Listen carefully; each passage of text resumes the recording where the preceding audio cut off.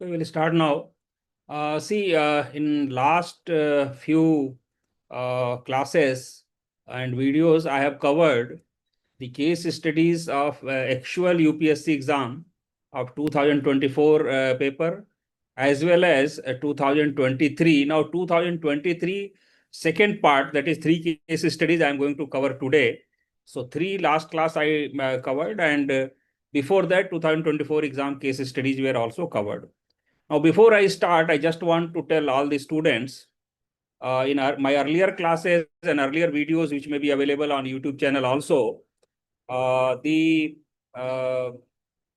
how to write a good answer or how to attempt case studies, that also I have described.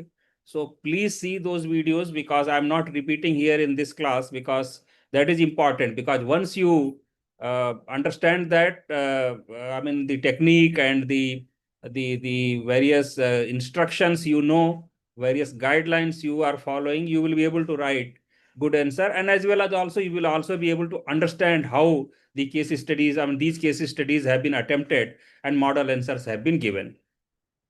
So now today I'm going to cover three balanced case studies, uh, which are from the 2023 exam paper. As I told last week also, these case studies are quite big paragraphs, about 300 words each. So one has to read it very patiently so that you understand the nuances, what are the various issues raised in those case studies, so that you can try to attempt the answer. Today I will be taking up 10th, 11th, and 12th. As you know, 6 case studies are asked every year. So, and the questions are 7th, 8th, 9th, 10th, 11th, 12th. So, 7th, 8th, 9th of the 23 exam I have already attempted last week. So, this week I am going to take up that. So, now let us start. I will just share the document and then we'll proceed. See, now we'll go with case study 10th. This is actual exam paper. This is question number 10. So I will just read it so that we can understand, and then we'll try to see how the good answers are framed. At 9 p.m. on Saturday evening, Rashika, a joint secretary, was still engrossed in her work in her office. Her husband, Vikram, is an executive in an MNC and frequently out of town in connection with his work. Their two children, aged 5 and 3, are looked after by their domestic helper. At 9:30 p.m., her superior, Mr. Suresh, calls her and asks her to prepare a detailed note on an important matter to be discussed in a meeting in the ministry. She realizes that she will have to work on Sunday to finish the additional task given by her superior. She reflects on how she had looked forward to this posting and had worked long hours for months to achieve it.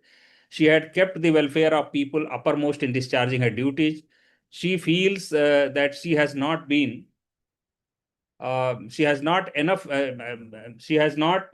done enough justice to her family, and she has not fulfilled her duties in discharging essential social obligations. Even as recently as last month, she had to leave her sick child in the nanny's care, as she had to work in the office. Now she feels that she must draw a line beyond which her personal life should take precedence over her professional responsibilities. She thinks that there should be reasonable limits to the work ethics, such as punctuality, hard work, dedication to duty, and selfless service. Now, this case study, as I can just explain before I go to questions. Now, this is a very, very common predicament of any civil servant, because once you join, because I have also faced so many times, and almost every posting you will face, that you are overloaded with work, you don't have your personal life, you have to totally devote your time to your professional life. So all these, whatever has been described is a big problem for almost all the civil servants. However, this problem multiplies when the civil servant is a lady officer, because then she has additional home responsibilities also. So in that context we should try to understand. So now let us see what are the questions. First question is, discuss the ethical issues involved in this case. So first, that we have to very clearly tell. Then second is, briefly describe at least 4 laws that have been enacted by the government with respect to providing a healthy, safe, and equitable working environment for women. So 4 laws we have to describe, basically list out and also tell in brief that what are those 4 laws. So these are the questions, 2 questions. Third question is, imagine you are in a similar situation. What suggestions would you make to mitigate such working conditions? So these are 3 questions, and in 250 words, as you know, we have to reply. So now let us see. I mean, now I'm sure all the students who are watching this video, they might have understood the context and the questions also. Now let us try to understand what can be the answer. Now, first part is, what are the ethical issues involved? So you have to quote various ethical theories. You have to quote various technical terms also you have to give. So here, let me explain. Rashika faces a moral dilemma rooted in role conflict between her professional commitment to public service and personal obligations as a mother. While bureaucratic ethics stress punctuality, diligence, and dedication, these must be weighed against ethics of care. Ethics of care, as you know, it was enunciated by or propagated by Carol Gilligan, which highlights relational duties, especially among women, burdened with disproportionate caregiving. And particularly in Indian context, that is very true. So that also we should try to understand. Her reflection exemplifies also Aristotle's golden mean, seeking ethical balance between two extremes, that is professional life and personal life. The issue also implicates Immanuel Kant's respect for persons. Excessive work demands must not reduce individuals to mere instruments of efficiency. So instruments, basically, man should not turn in machine. I mean, that is the context. And accordingly, it touches Immanuel Kant's theory also. Then Rasika's desire to draw ethical boundaries reflect moral agency and emotional intelligence, crucial for long-term institutional sustainability. So that institutional emotional intelligence also we are quoting. So basically, these are various ethical issues involved in this case. Now, in B part, as you know, 4 legal safeguards. You have to briefly tell what are those four. Any 4 you can tell. So here I have written these 4. Now let us see. First is Maternity Benefit Amendment Act 2017, 26 weeks paid leave and crèche provision, work from home option. So all these are part of that Maternity Benefit Amendment. Then POSH Act 2013 ensures workplace dignity rooted. This was enacted after Justice Verma, G.S. Verma committee report. As you know, there was a big case in Delhi, and after that, G.S. Verma committee was formed, and then POSH Act was enacted. And third is Code on Wages 2019 affords gender neutral remuneration for equal work. Fourth is CCS leave rules, provides maternity and child care leave up to 2 years for women in civil service. So these 4 we are quoting. So and also briefly explaining also. So this completes the B part. Now we will go to C part. Suggestions to improve working conditions. What suggestions you give? That was C part. So let us see what are the suggestions I have noted down. Institutionalize flexible work culture, especially for caregivers, particularly for women or any single father or single mother, or women in general. Provide on-site child care support and mental wellness mechanisms. Train leaders in gender-sensitive administration. Because then your bosses also, because everybody has to be trained in gender-sensitive administration, because subordinates, bosses, everybody should know. Then only they will be sensitized to respect all these laws and also mechanisms. Embed constitutional morality of B.R. Ambedkar in HR practices, ensuring dignity without compromising duty. Balancing ethics of service with ethics of care is not a compromise. It's a responsible leadership. So now this is the conclusion we are giving. So this completes our this case study. Now we'll go to case study next, 11th question, number 11 of 2023 exam paper. A landslide occurred in the middle of the night of 20th July 2023 in a remote mountain hamlet approximately 16 kilometers from Uttarkashi. The landslide was caused by torrential rains and has resulted in large-scale destruction of property and life. You, as a district magistrate of that area, have rushed to the spot with a team of doctors, NGOs, media, and police, along with numerous support staff to oversee the rescue operations. A man came running to you with a request for urgent medical help for his pregnant wife, who is in labor and is losing blood. You directed your medical team to examine his wife.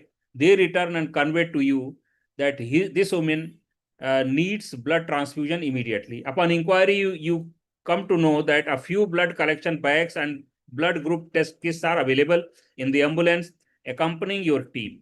Few people of your team have already uh, volunteered to donate blood also.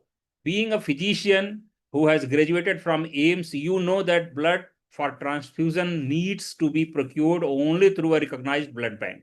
Your team members are divided on this issue. Some favor transfusion, while some others oppose it. The doctors in the team are ready to facilitate the delivery, provided they are not penalized for transfusion. Now you are in a dilemma. Your professional training emphasizes on prioritizing service to humanity and saving lives of individuals. So now this is a very clear-cut dilemma. On the one hand, legal issues are there because you have to procure the blood from a authorized blood bank, and then only transfusion has to be done. On the other hand, saving the life is also very, very important ethical duty. So, I mean, this kind of dilemma keeps on happening, and in the situation which has been described now, I think it's very easy to understand. Now, let us go to the question. What are the ethical issues involved in this case? Now, this is first question. Evaluate the options available to you being district magistrate of the area. So, these are the two questions asked. By 250 words, we have to reply about 125 words each. But as I keep on telling, total 250, sometimes the question or the answer itself cannot be stretched to 125 words. So there you have to limit whatever the reasonable answer is. So now let us first go to A part, ethical issues involved.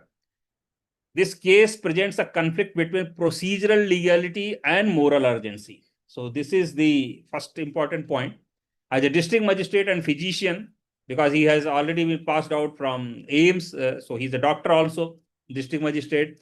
I am bound by drugs and cosmetic rules. So this also we need to quote, which require blood to be sourced only from licensed blood banks.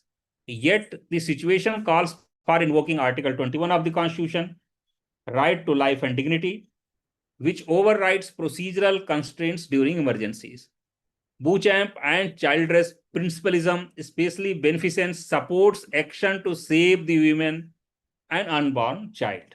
So now you see here we are not only quoting, describing the ethical issues, but also we are trying to quote the legal provisions which are affecting our work, or the constitutional provisions, and also the ethical theories also. So, this only because unless you explain like that, you will not be able to clarify what are the ethical issues. So, same thing has been done. Then J.S. Mill's utilitarianism permits morally justifiable breaches of rule to prevent greater harm. So, that also we are quoting. Then Kantian ethics stresses duty, but Immanuel Kant himself acknowledged exceptions under moral necessity. So this is Kant's ethics. Then Aristotle's phronesis and Carol Gilligan's ethics of care argue for compassionate action. Then Michael Walger's supreme emergency doctrine suggests that exceptional cases demand ethically exceptional responses, even if norms are temporarily set aside. Now, this is very, very important doctrine. You may read it separately. So, this we are quoting here, that exceptional cases demand ethically exceptional responses also. So, this is supreme emergency doctrine. So, this is the ethical issue involved. And what are the as per those ethical theories, what can be done, that also has been explained here. Now we'll go to part B. What are the options available to the district collector or district magistrate?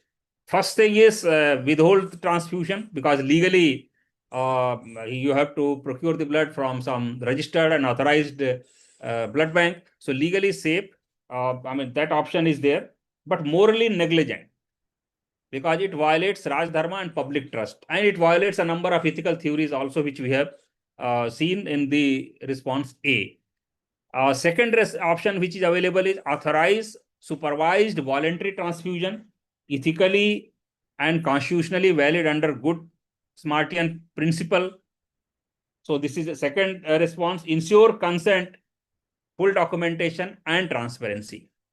Third option, which is having wait for formal medical clearance. So now wait for formal is also, I mean, some officers do that because why they should take an illegal. So, no, but this is impractical in time of crisis. So this is again a problem with this. So as a district magistrate, I would approve transfusion, record decisions transparently, and report to higher authorities. As B.R. Ambedkar held, constitutional morality sometimes requires transcending rigid rule book morality to preserve human dignity and justice.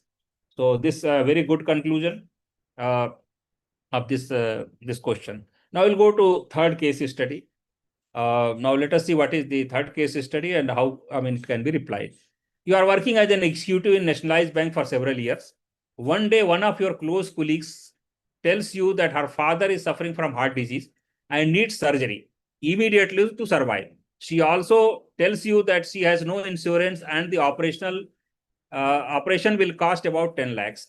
You are also aware of the fact that her husband is no more and she is from a lower middle class family. You are empathetic about her situation. However, apart from expressing your sympathy, you do not have the resources to fund her. A few weeks later, you ask her about the well-being of her father, and she informs you about his successful surgery and that he is recovering. She then confides in you that the bank manager was kind enough to facilitate the release of rupees 10 lakhs from a dormant account of someone to pay for the operation with a promise that it should be confidential and be repaid at the earliest. She has already started paying it back and will continue to do until it is all returned. So, I mean, this now you have understood the thing, because bank manager from somebody else account has drawn that 10 lakhs and given to that lady officer, and she has got the operation done, and she has told again to the concerned person. And now the question is, what are the ethical issues involved? This is first. Evaluate the behavior of the bank manager from ethical point of view. And third is, how would you react to such a situation? So all these three questions, now let us see what will be the response. Now, I mean, this case study is also not difficult to understand, but then for framing the answers, we have to go a little deeper. So now let us see what are those answers. Now, first is ethical issues involved. This case reveals a moral tension between empathetic intent and professional integrity. Because professional integrity was violated. Somebody else's money was used. However, his intent might be good, that he is helping somebody to save her father, but then there is a moral tension. The bank manager's action using dormant funds to save a colleague's father may stem from moral compassion, but it violates fiduciary norms and procedural accountability. So this is very clear. Second, the situation presents a clash between Immanuel Kant's deontology, because duty ethics, which mandates duty-bound adherence to rules, and J.S. Mill's utilitarianism, which focuses on consequences. Now, third, however, in public institutions, moral intentions must be realized through lawful means. Now, this is very, very important, because here law has been violated, and any illegality cannot be justified in very simple terms. So, same thing. Moral intentions must be realized through lawful means, or else ethical erosion and unequal treatment risk institutional credibility and fairness. So this is ethical issues involved. Now let us see what is the evaluation of managers' behavior. Despite good intentions, the manager's conduct breaches several legal provisions. Now, what are those? Section 46(4) Banking Regulation Act, it's breached. Then RBI's dormant account guidelines are there. How dormant accounts need to be handled, that also has been breached. And then Section 13(1)(d) of Prevention of Corruption Act has also been breached.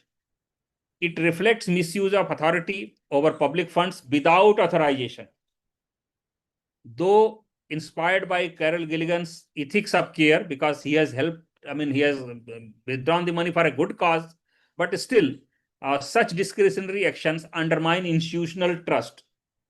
As per John Rawls, justice as fairness processes, not personalities. So this is again very important. Processes, not personalities, ensure equity. Virtuous ends cannot justify unethical means, especially in financial governance, because here fiduciary trust is there. Somebody has full trust in a bank to keep the money, and you are taking unauthorized manner that money for some other use. The use may be good also, but then still it's a clear violation of fiduciary trust. So this is managers evaluation of managers behavior. So we have told, very clearly that yes, ethically, ethics of care, yes, it supports his behavior, but then there are so many other legal provisions and other acts which he has violated. Now, what will be my response? As a response of the student or the bank executive, because you are a bank executive there. So as a bank executive, I would confidentially report the matter to vigilance or compliance officer to initiate due process. Because once you have come to know about some illegality, you cannot keep quiet. You have to inform to the concerned officer, whosoever is the competent authority. Here, vigilance and compliance officer has been written. Instead of this, competent authority also can be written. That also can be a good term. I would also urge my colleague, the lady officer, to consider voluntary disclosure, showing moral courage. To institutionalize compassion lawfully, I would propose a compulsory group medical insurance scheme via staff welfare mechanisms, because her need was genuine and there was no insurance. So therefore, this kind of proposal also, in a way, is ethically correct, because on the one hand, any illegality has come to my notice, so I'm reporting to competent authority, and I'm also advising the colleague to disclose from her side also. But since her requirement was correct, and there may be so many other staff members who may be requiring such kind of money, so compulsory medical insurance scheme via staff welfare mechanisms will be recommended. This ensures equitable rule-bound support and expression of Aristotle's pronosis and Ambedkar's constitutional morality, where empathy is guided by institutional ethics. So this will be my response, which is ethically correct, legally correct. Now, this completes the discussion on the 3 case studies of 2023. Now, from next week, what I'm going to do is, because there are 7 topics in ethics paper, so 3 I have already covered, and these are available in my previous lectures, which are already available on YouTube also. Now 4th, there are 4 topics left. So each topic in each class I will take up. So that I'm going to do, so that all 7 topics of the ethics syllabus is covered, GS4. So next week I will be taking one topic, and then we'll try to discuss, I will try to find out what are the important questions, etc. asked, and then we can take it up further. So thank you for watching this video. We'll meet again in next class. Thank you.